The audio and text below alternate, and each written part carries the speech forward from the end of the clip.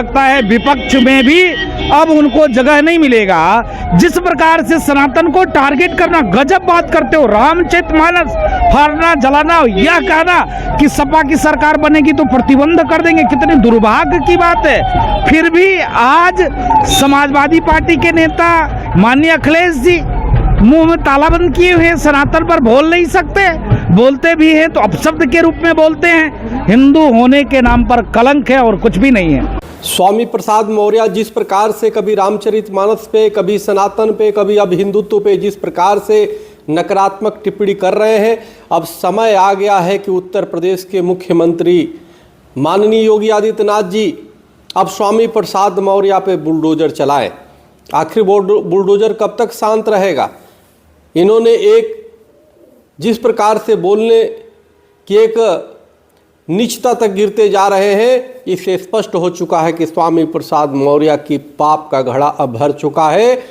अब उस घड़े को फोड़ने की आवश्यकता है। समाजवादी पार्टी के नेता स्वामी प्रसाद मौर्य का मानसिक संतुलन बिगड़ चुका है और वह उनको खुद ही नहीं पता लग रहा है कि वो बोल क्या रहे हैं।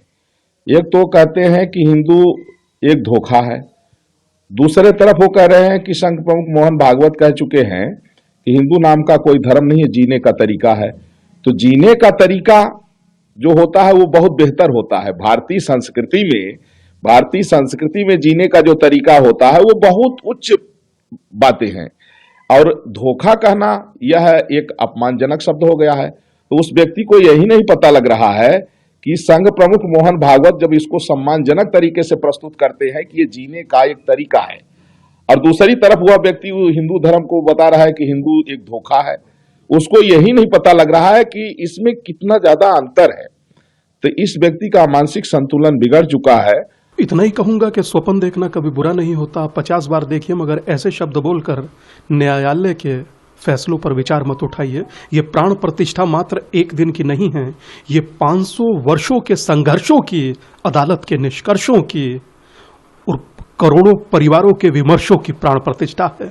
जब आप इस प्रकार के शब्दों का इस्तेमाल करते हैं, मैं समझता हूं कि करोड़ों लोगों के हृदय पर वज्रपात करते हैं और आप वज्रपात कर एक पार्टी के नेता बने रहते हैं। मुझे दुख होता है, आप अपने पांव के नीचे की जमीन खिसकाते जा रहे हैं, मगर हाँ, आप अपने अब शब्दों से बाज नहीं आ रहे।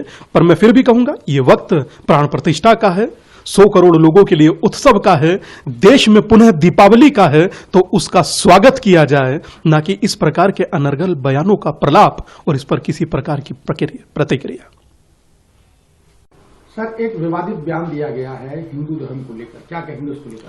कहूंगा कि अत्यंत मूर्खतापूर्ण, अज्ञानतापूर्ण, और वो भी तब जब 500 वर्षों के संघर्षों के बाद सनातनी हिंदू समाज अपने आराध्य की प्राण प्रतिष्ठा कर रहा हो और उस समय में कोई व्यक्ति करोड़ों लोगों को मानने वाले धर्म को धोखा कह दे, तो मैं समझता हूं इससे ज्यादा निंदनीय है और मुझे लगता है इससे ज्यादा मूर्खतापूर्ण कुछ हो नहीं सकता।